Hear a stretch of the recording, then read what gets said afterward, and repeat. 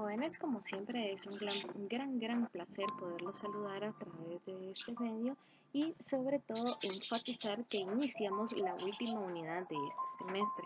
Como ustedes están observando en pantalla, vamos a tratar sobre los procesos de ejecución.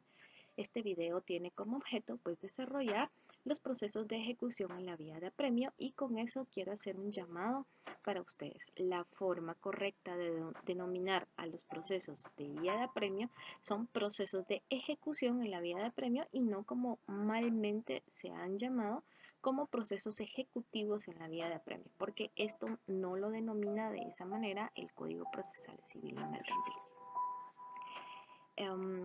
El autor de la plaza nos indica que el proceso de cognición o un proceso de conocimiento versa sobre una pretensión que es discutible y precisamente por serlo exige un conocimiento previo.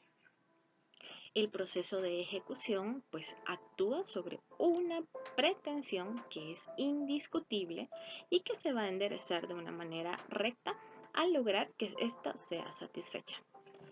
En el juicio ordinario se debió de haber estudiado la existencia de las sentencias declarativas de condena y las constitutivas. Las sentencias que para estos procesos nos interesan son esas sentencias denominadas de condena. ¿Por qué? Porque obviamente son fallos que ordenan al demandado el cumplimiento de una obligación de dar, de hacer o de no hacer. Los juicios de ejecución, entonces son procesos abreviados en los cuales no van a existir fases de discusión, sino que únicamente se van a referir a la ejecución. El ejecutado tiene defensas ilimitadas. Esa es una de las críticas que se puede realizar. El marco legal de estos procesos lo encontramos del artículo 294 al 326 del Código Procesal Civil y Mercantil. Antes de continuar, solamente quiero hacer una acotación en relación a qué significa apremio. Cuando nos referimos a este término, entendemos entonces que es algo relacionado a urgencia o a prisa en hacer algo.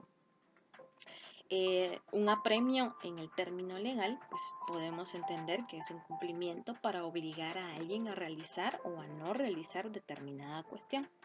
Y los asuntos que se tramitan en esta vía, obviamente son de naturaleza privilegiada, como lo veremos a continuación.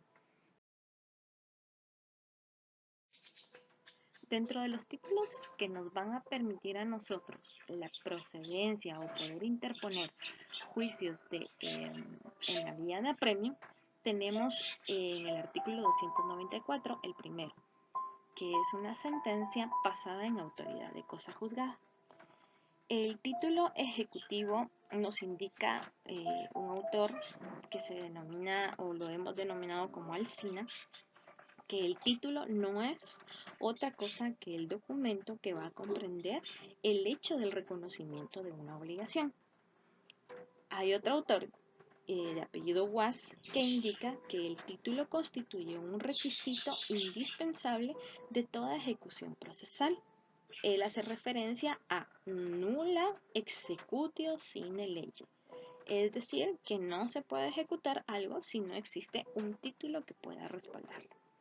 Ahora, estamos más identificados con el pensamiento de Eduardo Couture, por ello es que lo cito en este momento y él va a hacer alusión a que indica que el título es un acto jurídico que realiza la promoción de la vía de apremio y que va a contener dos elementos esenciales.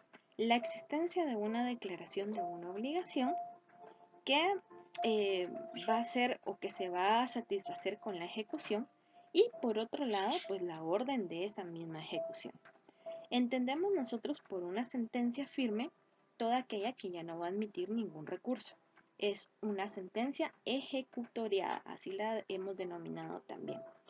Estas son las sentencias que ordenan hacer o no hacer o dar incluso algo, ¿verdad? Derivadas de un proceso de conocimiento.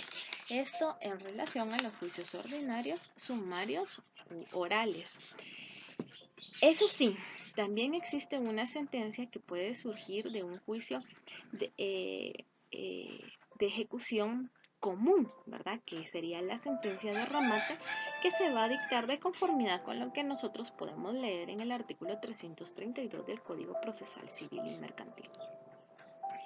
La segunda procedencia que nosotros podemos observar es la relativa al laudo arbitral, ¿verdad? Este es un fallo o una sentencia que se va a dictar en un proceso arbitral. El artículo 43 de la Ley de Arbitraje estipula que el único recurso admisible es un recurso de revisión que podría interponerse en una sala de la Corte de Apelaciones con competencia territorial sobre el lugar en el que se dictó el laudo arbitral, ¿sí? La tercera procedencia a la que hace alusión el artículo en el que está en mención serían los créditos hipotecarios. Recordemos que estos son derechos reales que van a gravar bienes para garantizar el cumplimiento de una obligación. Es un derecho real de garantía, es un derecho accesorio y obviamente está aparejado a una obligación principal, como sería, por ejemplo, la obligación principal, la acción de pagar, ¿verdad? Entonces, de esa manera es que encontramos garantizada a través de una hipoteca. El crédito hipotecario debe estar realizado o garantizado mediante una escritura pública y obviamente debe estar inscrito en el registro de la propiedad. El título es el testimonio de la escritura pública contentiva, ¿verdad? Del crédito hipotecario. Si no está registrada, entonces el juez debe rechazar esta demanda, de conformidad con lo que podemos encontrar nosotros en el artículo 1129 del Código Civil.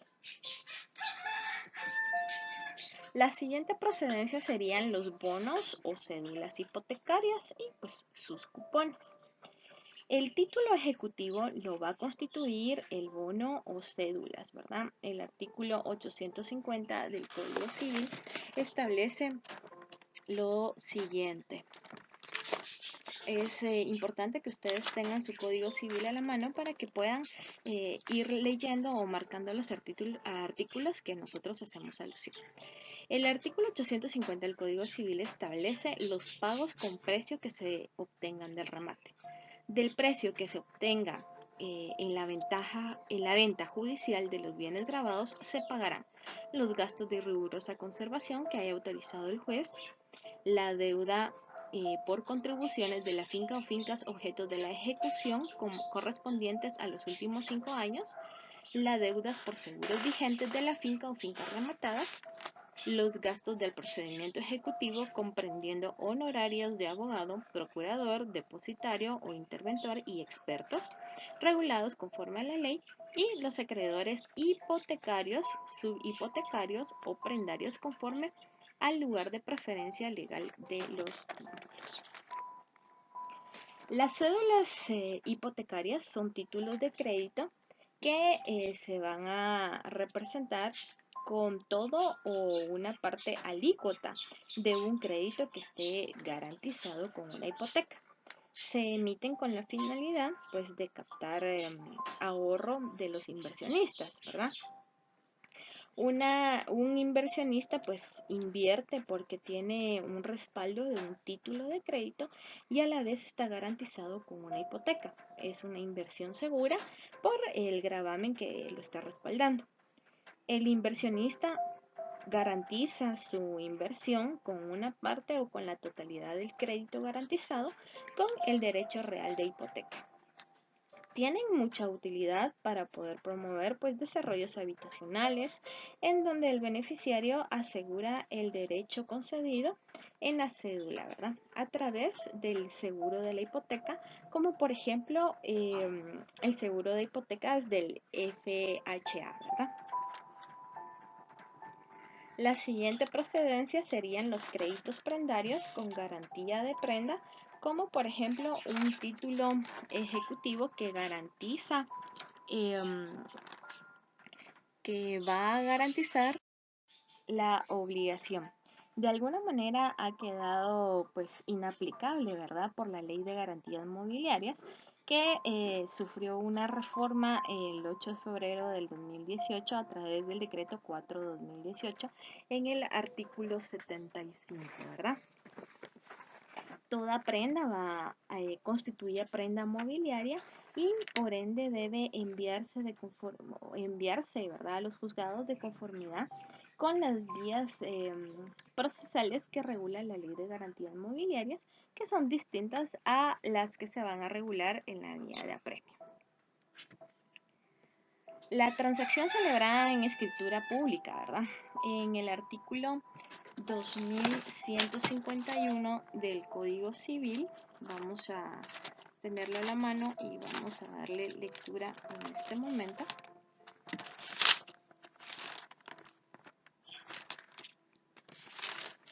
Encontramos que la transacción es un contrato por el cual las partes, mediante concesiones recíprocas, deciden de común acuerdo algún punto dudoso o litigioso, evitando el pleito que podría promoverse o que se termine el que ya está iniciado, ¿verdad?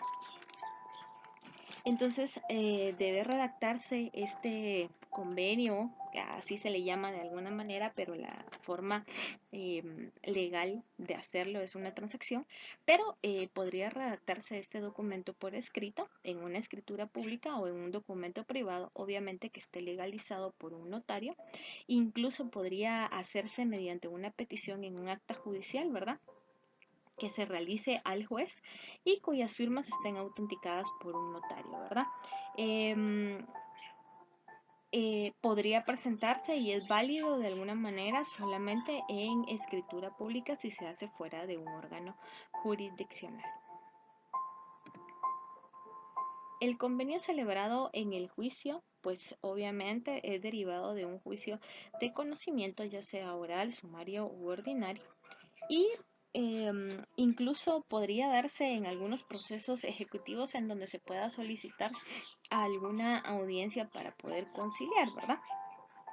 Si estuviera faccionado en acta judicial, entonces constituye un título ejecutable en la vía de apremio si se incumple el contenido del mismo, ¿verdad? En el artículo 295 del Código Procesal Civil y Mercantil hace alusión a la ejecución de las sentencias. Y tenemos que la petición de ejecución de la sentencia o de los laudos arbitrales puede hacerse en el mismo expediente o mediante presentación de certificación de fallo a elección del ejecutante, ¿verdad? Eso significaría que puede darse de dos maneras las ejecuciones, ya sea de las sentencias o de los laudos arbitrales, ¿verdad? Si se decide realizar dentro de un mismo proceso, entonces no habría ningún inconveniente.